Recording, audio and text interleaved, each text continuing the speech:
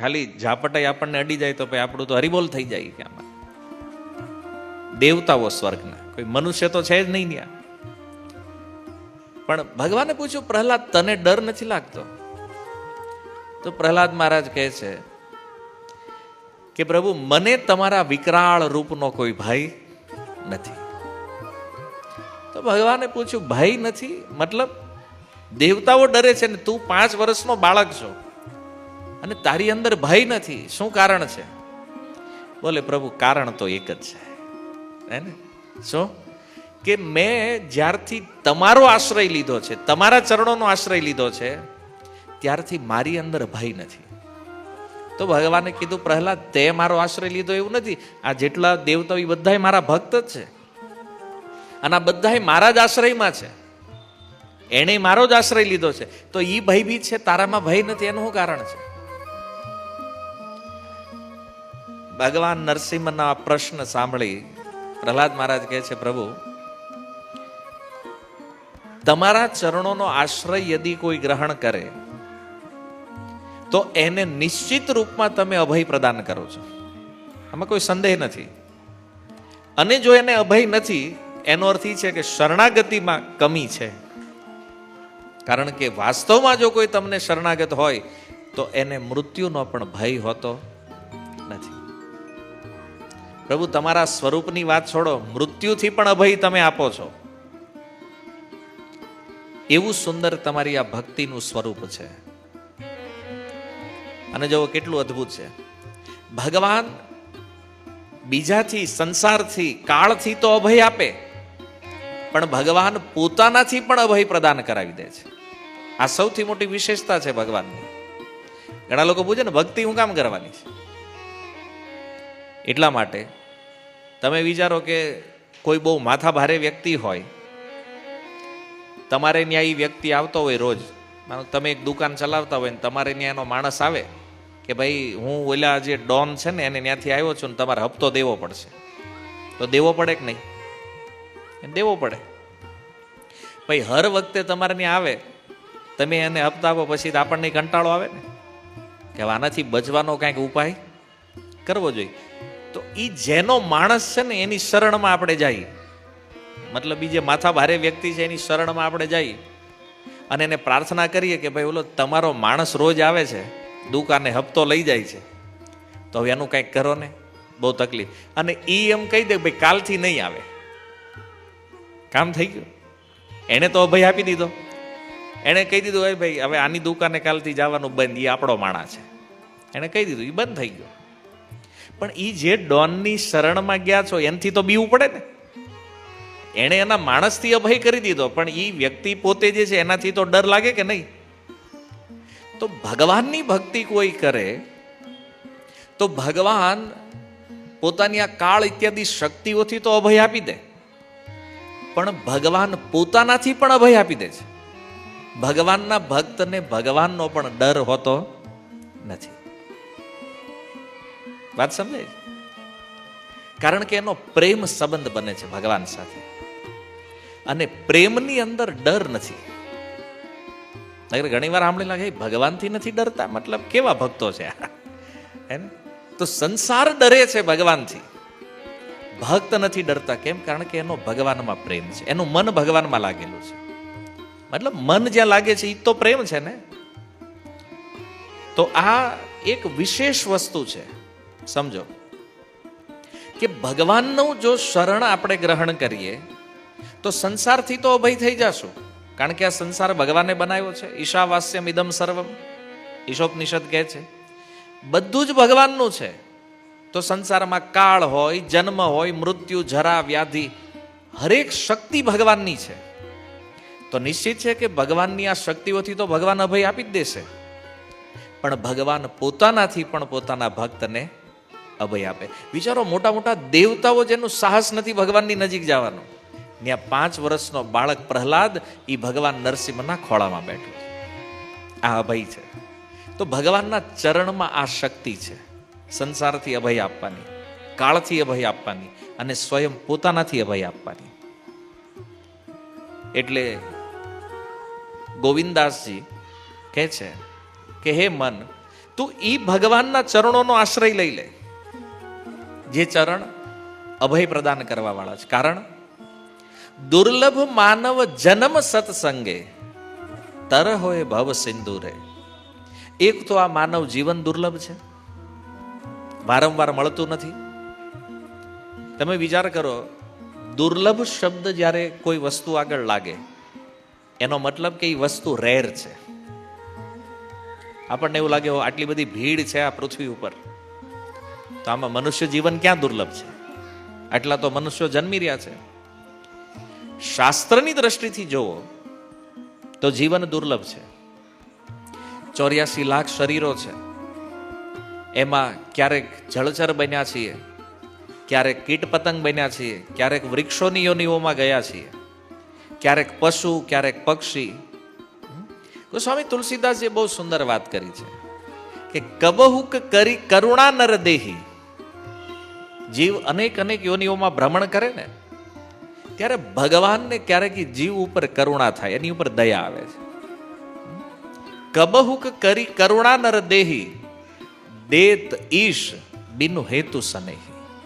ત્યારે ભગવાનના મનમાં એમ થાય કે આને એકવાર માનવ બનવાનો અવસર આપીએ, ચાન્સ આપીએ. કેમ? બિચારો અનંત જન્મોથી ભટકે છે અલગ અલગ શરીરોમાં, અને ભગવાન મનુષ્ય બનાવે છે.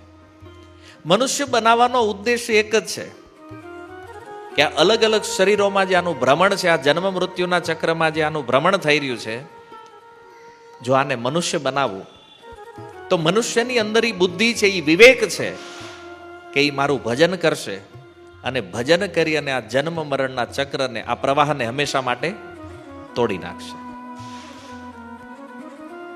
ભગવાન આવું વિચારી અને જીવને એક ચાન્સ આપે છે, કે અવસર આપે છે કે આને મનુષ્ય બનાવો. કારણ કે જો એ મનુષ્ય બનશે તો મનુષ્ય જીવનમાં સૌથી શ્રેષ્ઠ વસ્તુ જે છે એ છે સત્સંગ. 84 લાખ શરીરોમાં કેવલ મનુષ્ય જીવનમાં સંભવ છે. ભગવાનની ભક્તિ કરવી, ભગવાનનો સત્સંગ કરવો અન્ય યોનિઓમાં નથી. તમે જોયું છે કોઈ પશુઓ ક્યારેય ટોળું કરીને બેઠા હોય, હાલો સત્સંગ હાલે છે અમારો તે અત્યારે, કેમ અમે બહુ દુઃખી છીએ આ પશુ યોનિમાં, તો હવે અમારે ભજન કરવું છે ને અમારે નીકળી જવું છે. હાલાકી ભક્તિ તો કોઈ પણ શરીરમાં થઈ શકે છે, એના ઉદાહરણો શાસ્ત્રોમાં છે. ગજેન્દ્રએ હાથીના શરીરમાંથી કામ બનાવી લીધું, જટાયુએ ગીધના શરીર, પક્ષી હતા તોય એને ભગવાનની પ્રાપ્તિ થઈ. તો ભક્તિ માટે કોઈ શરીર બહુ ખાસ માયને નથી રાખતું, પણ મનુષ્ય જીવનની દુર્લભતા આમાં સિદ્ધ છે કે કોઈ મનુષ્ય બને. અન્ય શરીરોમાં ભજન ઈ રેર કેસ છે, ગજેન્દ્ર રેર કેસ છે, પછી કોઈ હાથી ગયો હોય એવું ઉદાહરણ છે નહીં. જટાયુ રેર કેસ છે રામાયણમાં, પછી કોઈએ ભગવાનની પ્રાપ્તિ કરી હોય એવું ગીધ પાછું કાંઈ મળ્યું નથી ઇતિહાસમાં. એમ જામવંતજી રેર કેસમાં છે એક રીંછ, પછી કોઈ રીંછે ભજન કર્યું હોય એવું છે નહીં. પણ મનુષ્યોની અંદર અનંત જીવ છે જેણે ભગવાનની ભક્તિનો આશ્રય લીધો છે અને ભગવાનને પામી ગયા છે. આ ચક્રને એણે તોડી નાખ્યું છે. તો પહેલી વાત તો એ સમજવાની છે કે જ્યાં જીવન મળ્યું છે આમાં કંઈક મોજ કરવા, ખાવા પીવા, ઊંઘવા માટે આ નથી. પણ હવે મનમાં વિચારી જ હાલે છે કે આપણે આ હાટું જ આવ્યા છે, એટલે આપણો ફોકસ જે છે ને એમાં વધારે રહે છે. ભજન, સત્સંગ, ભગવાન, આ બધી ચર્ચાઓ ગમતી નથી સાંભળવી. સારું છે તમે આટલા અહીં બેઠા છો, અગર જુઓ કેટલા લોકો આટા મારે છે બહાર, અને અહીં તમે કેટલા બેઠા છો સત્સંગમાં, ગણ્યા ગાંઠ્યા. લોકોને મતલબ જ નથી આનાથી કે ભાઈ એક દિવસ જીવન પૂરું થવાનું છે તો મૃત્યુ પહેલા આપણે આપણા ઉદ્ધાર માટે કંઈક કરવાનું છે. વિચાર જ નથી. અને આપણે એવી અપેક્ષા લઈને બેઠા છીએ કે બીજા લોકો આપણા માટે કંઈક કરશે. ભાઈ જે પોતાનું સારું ન વિચારીએ કે આ બીજાનું હું સારું કરવાના જ પયો.